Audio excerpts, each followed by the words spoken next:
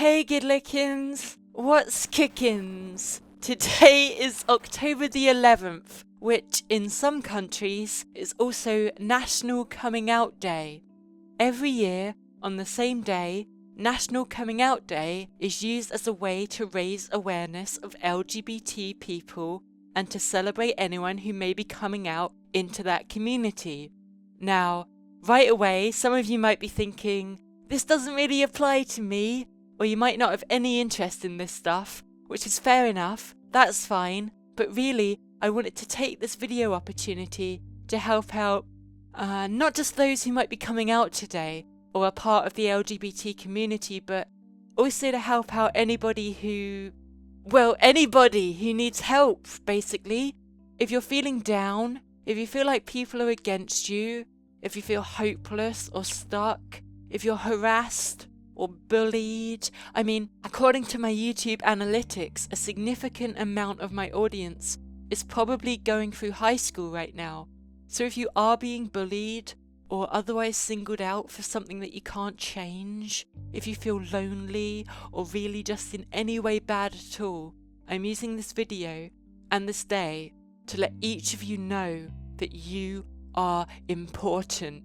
You, right there, listening to me right now, you are important. You have worth. Whatever you are going through right now will not define you for the rest of your life. You don't have to just lie down and accept it. Things can and will change. I say it one more time. You are important. And although I've never personally met most of you, or pretty much all of you, I still deeply and truly care about each and every one of you. I need you all to know that you deserve to be happy.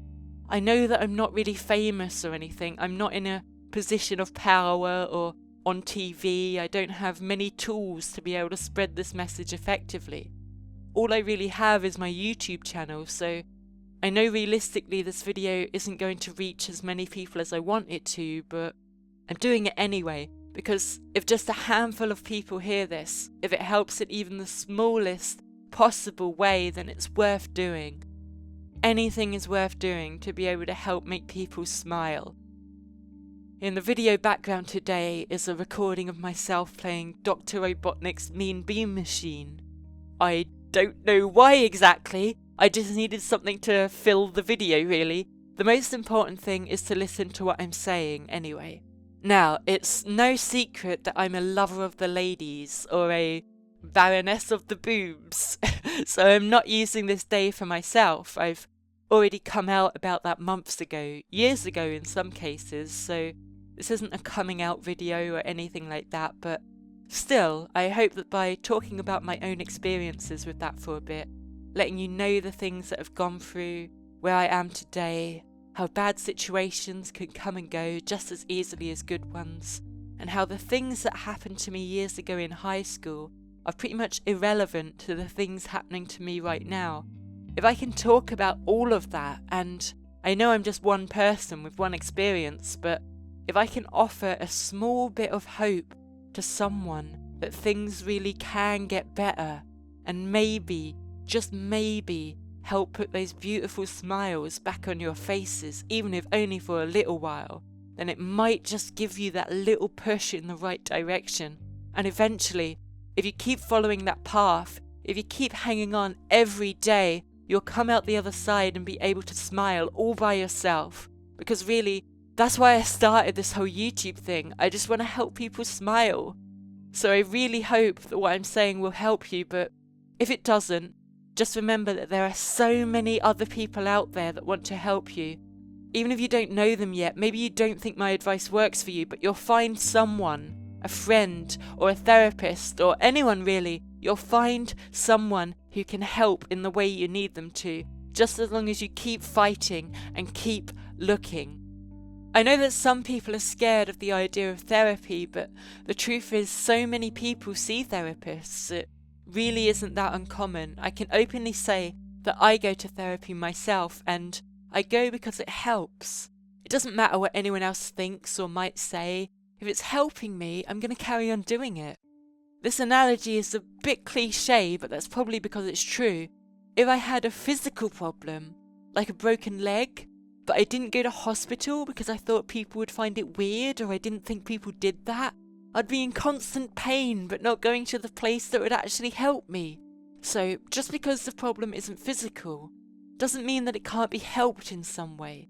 Since seeing my various therapists, I've improved so much. Just having someone to talk to about all my problems, a safe space with no worries. I would actually recommend a therapist to pretty much anybody. Even if you don't have any significant problems, just having someone to talk to can help so much. Even if not to a therapist, maybe a friend or family member or a teacher. Anyway, let's move on to the main course of this message. That was just the start. It's a food analogy. Anyway, right. I am Zoey Proasheck, part of the YOGSCAST network, and I want to share with you some of my experiences. I want you to know that whatever you're going through, whatever troubles you're facing, I think you are awesome, and this video is for you. Okay, so way back when I first started school, things seemed like they were going pretty fine. I was quite shy, but I was smart according to my teachers, and I got invited to birthday parties and I had friends and it was actually quite fun. I was happy. But then my family had to move and I got sent to a new school with new people, and it was already halfway through a school year, so every other kid had already settled into their groups. I struggled to make any real connections. I felt quite lonely and scared, but I kept my head up. I powered through it, and it was at this point some teachers started noticing my artwork, just simple cartoons I had drawn, but they made the teachers smile, and I discovered that I liked making other people smile. I started drawing comic books at home, just silly things with really random jokes that made no sense, but my parents supported me and told me they were great, even though looking back at them they're actually quite rubbish. But I remember one day at school I was having ham sandwiches in my lunchbox in the dinner hall, and I was just staring at it, having recently learned that it used to be a pig, and I felt very gross holding it. And a lunch lady tells me that if I don't eat it, I wasn't allowed my chocolate bar. And I really didn't want to eat that ham sandwich, but she kept telling me that I had to, and also I kind of really wanted that chocolate bar. So I took one bite of the ham sandwich, and moments later I was sick all over the floor, and that's how I became a vegetarian. Anyway, I had many minor embarrassing situations like that, things that would get me the occasional teasing from other kids, but I was still doing pretty okay in school. It was tough to make new friends, but I was still getting good grades, and I put on a brave face and carried on to the end of primary school. After primary school, every other kid had to experience the same thing I'd already experienced. By moving to a new school, suddenly there were new people and new teachers, and everyone was in the same position. So I found it a little bit easier to make friends. I was able to join in a little bit more. I felt happier again, but unfortunately that didn't last because, for reasons I was yet to understand, I became an easy target for bullying. I was different to them. I didn't fit the image of what an average kid should be, so any friends I had started to drift away from me because they didn't want to be seen with me, and I got very lonely again. I would get called all sorts of horrible names, but fortunately at that point I was always able to escape any physical harassment. I am so deeply sorry for anyone listening who can't escape that. It was tough to find any real lasting friendships. I was too girly to hang out with the boys, but I was too boyish to hang out with the girls. I loved dinosaurs and monsters, but I also loved collecting dolls and figures, so while a lot of girls were brushing doll hair and a lot of boys were battling dinosaurs, I was just kind of stuck in the middle, having my dolls run a dinosaur sanctuary to look after the sick and injured dinosaurs. So not really by choice, this meant that I mostly kept to myself. Anyway, this was also around the time kids started talking about having crushes, and boys would talk about girls having cooties, and girls would say that boys were cute and stuff like that. And I think my brain just couldn't process that. None of it made sense to me. It all seemed backwards. So my brain just shut down and didn't think about it for a few years. Things continued mostly the same like that until eventually high school started. Another new school, and no matter how many times the school changed, I could never really fit in. High school was very tough for me. Throughout all of it, my grades slowly dropped, and what started out as my usual A grades dropped down to B's and then C's until I finally ended up with D's.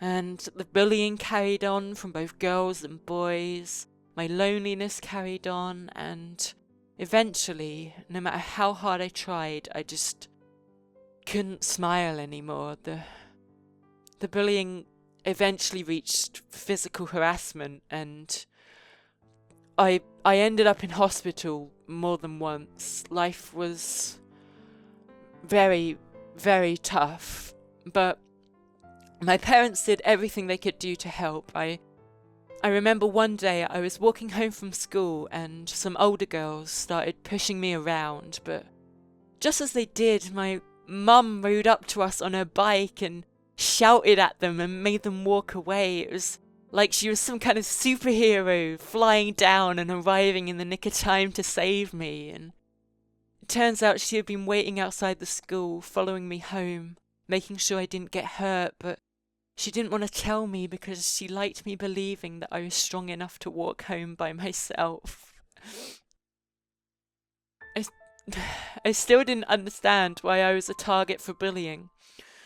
Why no one wanted to be my friend. I was scared, I was lonely. It felt like whenever words or punches were thrown my way, the other people watching would always be cheering for the bully. No one wanted to be seen supporting me. I was too different, too weird. I got depressed. Very, very depressed. But although I couldn't smile myself, I still liked making other people smile, so I started changing into more of the class clown, I guess. I would purposefully embarrass myself. I'd say dumb things. I mean, if people were going to laugh at me anyway, I might as well make them laugh for something I had actually done myself. And this didn't really get me any friends. It did make the bullying ease up for some reason. I guess I was always busy being bullied by myself, so they couldn't really do much, but of course that was in no way an ideal situation. Still, it got me through to the end of high school. The whole thing was really just a necessary hurdle that I had to jump, but at least I never had to go through that hurdle again. That was the best fact about high school for me, the fact that once it ended I could just forget about it and never go back. I remember getting my first kiss from a girl somewhere around here. I have no idea who they were, I don't know their name or anything, and it was just a sympathy kiss, I think, because I looked very unhappy and I was sitting by myself, but it did give me proof that there were good people in the world, and it also gave me proof that I liked kisses from girls. Honestly, things were okay at this point, in a weird way. I mean, I didn't have any friends at all, I had no direction for a job, no real qualifications, but I'd never have to go back to high school again. All that bullying had stopped, so it was all going to be good, right? Well, no, because the bullying didn't stop. I was now about 18 or 19, just walking down a street, and I would sometimes get insults and hate, even from people that were adults, and I remember waiting for a train and getting several drinks thrown at me from teenagers that I didn't even know. I used to like going on solitary walks with my headphones on through scenic places like the graveyard and picnic sites, but I stopped doing that because every now and then I'd walk past someone who disagreed with who or what I was, and it just wasn't worth the pain. Somehow I was able to get a job, just a simple call centre job, but that was a huge achievement for me, except it didn't really change anything. I still felt paranoid walking down the streets. I was still lonely. I didn't make any lasting friendships there, and a few months into the job, I had soon realised the horrors of working at a call centre. I did my best to make the customers happy and not angry at me, but that was very, very hard. My parents quickly sorted out therapy for me because they could see I was very unhappy and lonely, and that helped for a while, being able to talk about all my anxieties and problems, and it gave me some confidence in myself, but it was only temporary, and any progress I made would always be reset by something bad happening or something bad being said, and I got more depressed.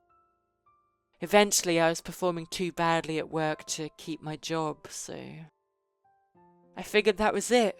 That was all my life was gonna be, just loneliness and hate and unhappiness. I didn't want that life. I didn't want my life. The depression and the anxiety hit hard. I was stuck at home, occasionally jumping between temporary jobs, doing basic data entry, but that just made me even more miserable. I couldn't make anyone smile by doing data entry. It was pointless, and I sometimes wouldn't even show up to these jobs because I was too scared to leave my house, and I didn't care.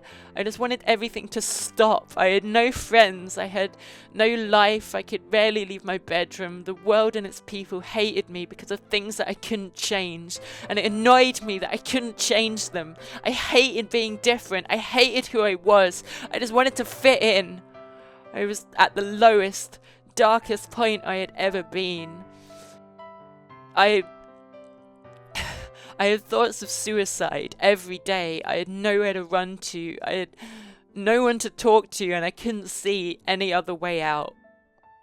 But because of luck or fate or whatever you want to believe, my doctors were fortunately on the ball, and just before absolute darkness would settle forever, I was instead admitted to a hospital where I was monitored and put on antidepressants. I did not want to be on those antidepressants. I thought they would change me, take away my creativity, make me a zombie, make me even worse than I already was somehow, but I've been on them for a few years now, and to anyone else who might have the same worries about medication like that, let me just say that in the case of my antidepressants especially, the medication doesn't really change you. Only you can change you. Only I could change myself. The antidepressants simply made my brain more receptive to the change, if that makes sense. I was completely against them the day before taking them, but now I can honestly say that they've helped. They won't cure you, but they will make the whole process much easier and much more manageable. So there I was in that hospital for about a month with many other patients with varying issues of their own, and a couple weeks in, I don't know, I had this moment of introspection and revelation. I realised I had a life with a supportive family. I had made it through high school, even though it sucked, and I had work experience. There are people in here who didn't have any of those things, people worse off than me, much worse off. Some people would be in this kind of hospital for the rest of their lives. And if I had just accepted that fate, if I had just disappeared into nothingness or stayed in hospital forever, I would have gone through my life without ever believing it could be different, without ever truly making people happy, without making the difference I wanted to make. I realised just how lucky I was. I had depression, which sucked, but it could be relatively easily treated compared to what the other patients were going through, so I was soon allowed out of the hospital and back home to my old life, but I wasn't going to let my old life just stay the same. Something had sparked in me, made me realise just how lucky I had been. So many people were in such a worse position than I was, and a lot of them just needed to know that somebody cared. I had no idea how I was going to make the difference that I wanted to make, how I was going to make people happy. I knew I didn't stand a chance of becoming a therapist myself. I didn't have the qualifications for that, and my anxiety prevented me from doing a lot of hands-on volunteer work, like working in shops or whatever, but there had to be something that someone in my position could do. Anyway, after coming back home, I had also started to play a game called World of Warcraft. My dad had recently stopped playing it and gave me access to all of his max level characters, so I started talking to a bunch of people online through this game, joining in on their activities, dungeons and raids. I can actually remember some of their names. I think it was Honeydew, Rithian, Ravs. You can see where I'm going with this. So I started integrating with this group of friends, and at this point I had no idea that they made YouTube videos, but we played lots of games together and I was genuinely happy for the first time in ages. I didn't feel alone. These people respected me and cared for me and didn't judge me for anything that was different about me. They were just genuine, nice people. And we started playing Minecraft together, and eventually that evolved into Duncan and Shin's Tech It videos. And they even asked me to join in on some of the episodes. It was amazing. I was going to be in YouTube videos. However, while that was all great and I really was happy, there was still something I wasn't being true to myself about. I had tried a few relationships with men, thinking in my head that that was the normal thing to do. I should do that, but it made me unhappy. I knew I was really attracted to women, but I couldn't accept it because I didn't want to be bullied or harassed again, but I also didn't want to just be stuck and depressed like I was before. And although I now had friends, getting a girlfriend would be a whole different story. I didn't believe anyone would ever like me in that way, and even if they did, I had no idea what I was doing. I had no social experience. They'd think I was just weird and leave me, but I don't know, I just kept going to therapy, and after a few more sessions, something just clicked, and I just finally had peace. I didn't mind what people thought of me anymore. I just wanted to be myself. I deserved to be happy. I deserved to be allowed to be myself without worrying what other people thought. Now, the YouTube videos I had been in had been pretty successful, most notably Rithian's Tech It series, and eventually there was significant demand for my own channel.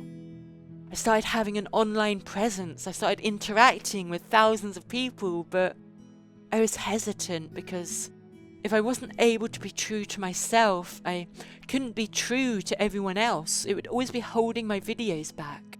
In fact, looking back at it now, if I watched my very first YouTube videos, it's like I'm a completely different person in terms of my confidence. So, yeah, I decided to just tell everyone and be myself, and slowly and gradually, first to my parents and then to my friends and then over Tumblr and Twitter and even YouTube eventually, I told people, and you have no idea how amazing that feeling was and still is.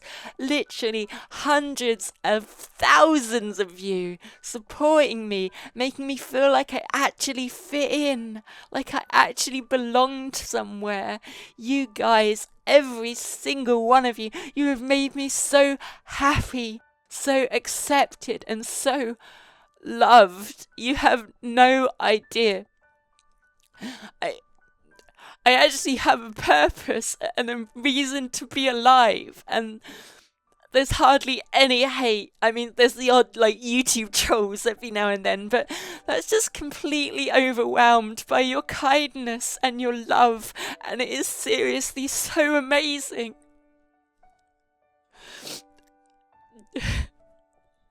And sorry, excuse me.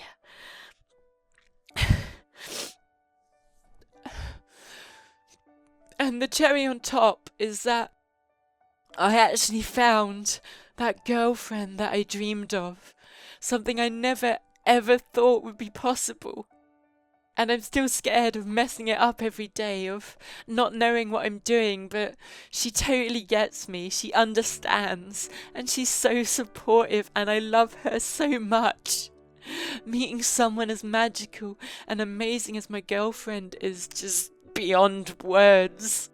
Just everything that has happened to me this last year or so is just a total reverse of my high school years. It's just absolutely amazing to actually be able to smile and laugh again. I know I sound like I'm crying, but I am happy. Back in high school, I would have never been able to comprehend this.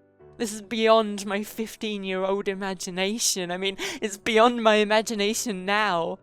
I'm trying to think of what would have happened if I had just believed that the bad stuff in high school was how it was going to be forever, or if I had just given up, let the hate and bullies win. I'd probably still be inside that hospital, or maybe even worse. So, when people ask, what would you do if you could go back in time and change anything about your life? How would you live it differently? Well, I have thought about this a lot, but I've come to the conclusion that I wouldn't really want to change anything. If all of what I went through, all that pain I received in my teenage years, is what was necessary to eventually meet the YOGSCAST and have these friends and all this support, well, I wouldn't ever want to risk changing that, losing all that. So you have no idea how glad I am every day, how grateful I am every single day for each and every one of you on here, on Twitter, on Tumblr, for all my friends in the YOGSCAST who helped me get to this position, to be able to reach out to so many people, to see the smiles and the kindness and the magic, to lead to meeting my awesome girlfriend, to actually be making people happy and to be feeling happy myself. I can't describe that feeling. I can't measure how incredible and awe-inspiring that truly is. I never, ever thought this would happen. But now I'm here. Now I'm seeing the other people doing the same job as me. I'm getting to meet and interact with new, amazing people every day. I can honestly say that high school is absolutely nothing compared to the rest of your life. And like I said, I even got bullied after high school, but none of that even matters now. All the bad stuff, all the hate, the scars and bruises, it's all irrelevant. No one can take away the smiles and the happiness that I have now. And don't get me wrong, it's not just a magic switch where suddenly everything is rainbows and kittens. It takes effort, a whole lot of effort and fighting. And some days are always going to be bad. My depression and my anxiety isn't something that can just be cured. It's not just going to go away overnight. I'll likely be battling it for a very long time, but I am still so very much happier now than I ever thought was possible. All those feelings of loneliness that were so common to me before just don't exist anymore. I'm not alone. I finally accept who I am, and in this whole world of 7 billion people, there are some that for whatever reason try and make you miserable, make you feel alone, make you blind to all the other people like you. But you are not alone. I am right here with you. Whatever it is you are going through, you are not alone. You are important to me, and I care about you, and I believe in you. I think you are awesome, and I always will. There are so many other people out there in your life. Some you might already know, some you might not have met yet, but they will feel exactly the same way as I do. They will care about you, they will love you, they will think you are awesome because you really are awesome. Just keep strong. I know how incredibly difficult this battle can be, but you are not fighting this alone. In the video description below, I thought what I'd do is put various helplines and websites for lots of different problems you might be facing, and if you can't find help from there, do not give up. search Google and local papers and ask family or friends, you'll find something or someone that can help you, and sometimes it can be in the most unlikely place.